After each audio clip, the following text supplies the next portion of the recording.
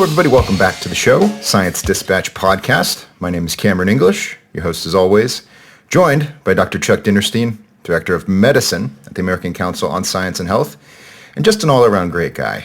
Chuck, what's going on? How are you? I'm good. It's a beautiful day. Can't complain at all. And once I finish podcasting, I can go fool around and cut up wood. So I'm all very excited. Isn't that great? The fall chores are my favorite. You know, if you got to do chores outside, do stuff that results in a nice fire, right? A nice evening fire, right, cool.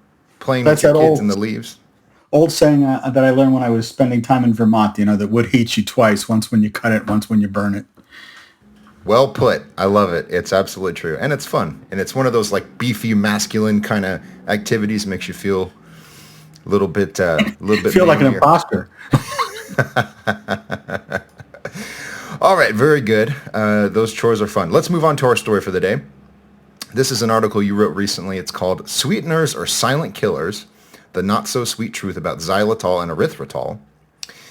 Chuck, let me read the introduction here and then take it away. So you write, the quest for a guilt-free sweet fix has led us to erythritol and xylitol, sugar substitutes once hailed as the saviors of our waistlines and blood sugar levels.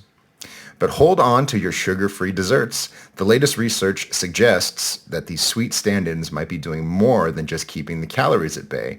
They could be inviting a one-way ticket to heart disease. Could this really be true? All right, Dr. Dinnerstein, is it true? Well, maybe, sort of, possibly. I'm not quite sure. We'll have to wait and see. We're going to have to do further research. If we're right to the end of the article now, further research is needed. Thanks for that. So this is part of an ongoing series that Cleveland Clinic, which was founded on heart disease, has been doing, trying to understand the underlying etiology of heart disease. And for the last year or two, they've focused on xylitol and erythritol, and this is part of their ongoing research effort in that area. They had originally done some studies which showed that individuals that were ingesting xylitol or erythritol had a higher incidence of coronary artery disease, more specifically what it's called MACE, the mortality, the myocardial infarctions and stroke associated with coronary artery disease. And that set them to a bi-pronged approach to looking at what that could be from. So one prong was looking at the basic science of how xylitol or erythritol might cause problems for heart disease. And the other was to try and find a better connection between them.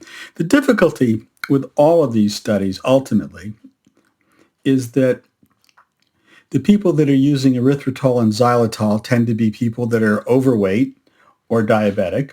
And as a result, they have independent and entangled risk factors for the development of coronary artery disease. So you can do all the statistical separation that you'd like, the diseases still remain entangled. So the most recent studies looked at two things. They took 30-year-old healthy volunteers and they gave them a set dose of erythritol as a drink, and then measured the levels of erythritol in their blood. And magically enough, once they drank it, their erythritol levels increased 1,000-fold over 20 minutes after ingestion, which is what you would expect with that agent. They then also did some studies, and they looked in the laboratory at whether adding erythritol to plasma serum would cause it to clot, because clotting is an underlying mechanism for coronary artery disease. And again, what they demonstrated there was that increased levels of erythritol would lead to increased reactivity on the part of platelets, which are the scaffolding for which clots form on. And so they drew the conclusion that if you had an elevated erythritol level, say from ingestion of it, which they had proved in the first part of the experiment, that could very well lead to increased clotting. Unfortunately, of course, the difficulty once again is showing that that actually happens in real life and not in the laboratory. And to do that, they went out and they measured the levels of xylitol in a little over 1,000 people undergoing cardiac evaluation. So again, we have a problem because the people that were being evaluated for their xylitol levels in this instance were people that all had coronary artery disease. That's why they were being tested. So they had a bias sample, or what we would call an enriched sample to look at. And they clearly again showed that people that are suspected of having coronary artery disease also have elevated xylitol levels. The second problem with that study, of course, is the fact that it turns out we make our own xylitol all the time. In fact, we make more xylitol than we tend to ingest. And so the xylitol levels that were measured by the scientists, or the researchers in this case, without any information on the individual's diets, couldn't tell us whether they were looking at xylitol that was made by the body or xylitol that was ingested. So in the end, we have a lot of pages filling up the journal and not a lot of movement forward in terms of understanding underlying coronary disease. Okay, maybe I'm a little cynical here. Okay, So that'll be a change of pace for you. I know, right? Right. I'm always so upbeat and optimistic. What value do we get out of a paper like this? And to spoil, you already spoiled the conclusion, right? We always need more funding, more grant dollars, more papers, more ink spilt. But I don't know what this gives us, right? They did some science. They gave these 10 people, a drink and said, "Yep, their xylitol, the concentration of xylitol in their blood went up," and Yes, so there you go. but the reason I'm taking this route of cynicism yet again is that the final quote that you include in the story is from the senior author saying, the just use this in moderation. Because, Yes. right, and as you elaborate, the risks of this are probably much smaller than the benefits, namely a lower risk of diabetes and other complications for heart disease. Right. So go with that. What do you think? I mean, so there's any number of things. I mean, one thing is that you can see how Cleveland Clinic, which again, I want to remind everybody, is based on cardiology. They're based on coronary artery disease. That's how they made their reputation, and that's what brings in a large income to them. That's why they have a big research wing that's doing that. They have found a bone to chew that gets published in lots of journals. So there's, from the research side, from the publication side, there's no downside to continuing to do this kind of research, irrespective of whether it has a practical application for patients down the line. This keeps them in the news cycle, it keeps them in the press, and it keeps all of their various benefactors happy that they're publishing. So you have to at least identify that. I think the other thing that happens is that we kind of lose track of our goal here. Our goal is to diminish the degree of coronary artery disease that we see in the population. And xylitol and erythritol were alcohol sugars that were uncovered.